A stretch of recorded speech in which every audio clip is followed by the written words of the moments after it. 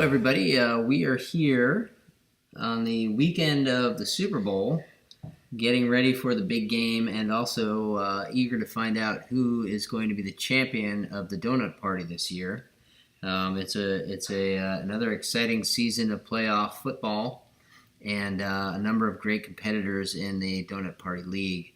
So, Mr. Commissioner, one of the first things I wanted to ask you is, how's it been running the league this year? It's been very fun. I hope everybody's liked our podcasts. They're really hard. I don't even know how to edit them yet.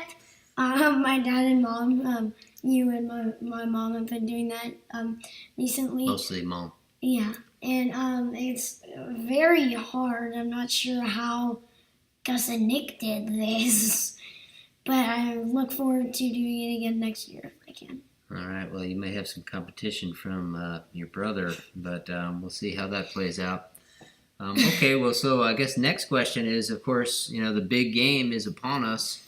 What's your prediction? Eagles, Patriots. There's a lot of momentum behind each team at this point, and some very rabid fan bases. One city will go home excited, and the other will go home crushed tomorrow. What do you think is going to play out? How's it going to work out tomorrow? It's just very funny because in fantasy, I feel like it's been easy for me because I've been able to predict how the games are going to go. Well, besides like the Steelers game, but I've been I can predict them and believe in myself. But for this game, I don't even know who's going to win because I thought that since Carson Wentz was out, the Philadelphia Eagles aren't going to win. But I don't know because they just blew out the Vikings 38-7. That's true. And Nick Foles is doing well as the QB. And their defense is really good. They held the Vikings to 7, whose offense beat the Saints, which everybody was rooting for. Yeah. So I actually don't know. I was born in Boston, Massachusetts, but I kind of want... give you the right to be a Patriots fan tomorrow. I know, but I kind of want the Eagles to win because, the Patriots have won, 3 years in a row now, and it's kind of getting tired. I'm kind of getting tired of them winning. All right, so give me a final score. I think it's going to be a very high-scoring game. They both have good QBs. Carson Wentz would make a difference, but Nick Foles has stepped up pretty well and done the job. I think it's going to be a very high-scoring game, and I think that it's going to come down to some great pass that's made. I like that prediction. I can see that happening. Or who's going to catch it? Who's going to throw it? Who's going to catch it? And what's that score going to be? I feel like Brady is going to hit Cooks for a touchdown pass with 2 minutes and 48 seconds left in the game. And they were down by 3. Okay. So now they're up by 4, and they close it out. And at the last second, Philadelphia makes a field goal, but that didn't do anything because they're up by 4. So it's a 1-point victory for the Patriots.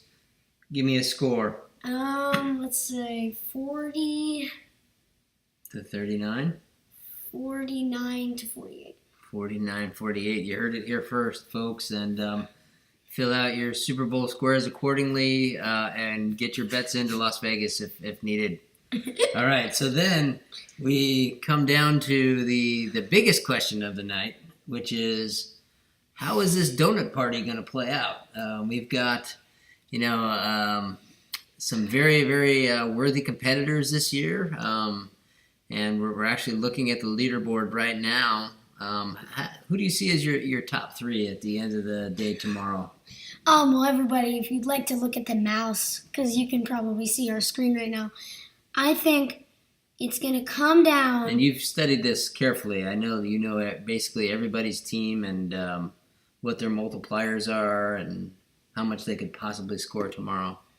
I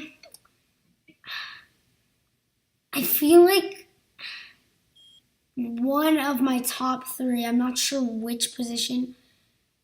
It's not going to be Jackie Jensen because he or she stacked Patriots. I think it's going to come down. Wait. What's wrong with stacking Patriots? Is that a bad idea? I mean, it's going to thin out your score because you only get to have basically 2 players touch the ball per play. Very interesting. We have a new wrinkle in Donut Party strategy, which is that if you do pick too many players from one team, there might not be enough points to go around. I hadn't thought of that before. Very interesting, Commissioner. Let's keep going. Another one that I think is going to be in the top 3 is Son of Sanford and Son, because a very bold decision, thought about all the Saints, as you can see, and picking Todd Gurley. And when Gurley lost, subbed in for Saints, now you have 4 Saints. And when the Saints lost and Antonio Brown got kicked off the team, the boldest move, I feel like... Kicked off of his own team or the fantasy team? The fantasy team. Okay, all right. Next year, he'll be kicked off his own team next year when he implodes, but okay. I think one of the boldest moves of this year was seeing that Son of Sanford and Son will replace every single one of the players he lost with Eagles besides Leonard Fournette. And let's be honest, that may have been a blunder because the Jaguars are no longer in the playoffs. So but I think the other 4 were good picks. As much as I love Son of Sanford and Son, I feel like he might have had a lapse in judgment on that Jaguars pick. Yes. All right, so let's take a look at some other folks. Who else do we have that you think could end up in the top 3? I think that might be the 2 or 3. I am not actually sure. I think one... So you may now... Are you willing to admit who Pitchfork 76ers is? Yeah, no. All right, we're going to keep that a mystery until after the game tomorrow. Who else? Is there anyone else that you see that could potentially win it all? I mean, all these people that I'm looking at... You need to have a big multiplier at this point, right? Yeah, and you got to have people that are in the Super Bowl that have a multiplier. Because it's just so hard. Every single person here picked Patriots and then Vikings. And when the Vikings lost, it corrupted the whole league. Blew everything up. Yeah. How about Jersey Shore? How are they doing? Let's find out. Not very. Not great. Again, a couple of Jags still being started for the game. I think that may be a questionable decision. And only have ×3 on their Patriots and ×2 on Patriots. Is there anybody else that has a big multiplier for the game tomorrow that could potentially compete? Why don't we take a look at Pitchfork 76ers just to see what they look like here.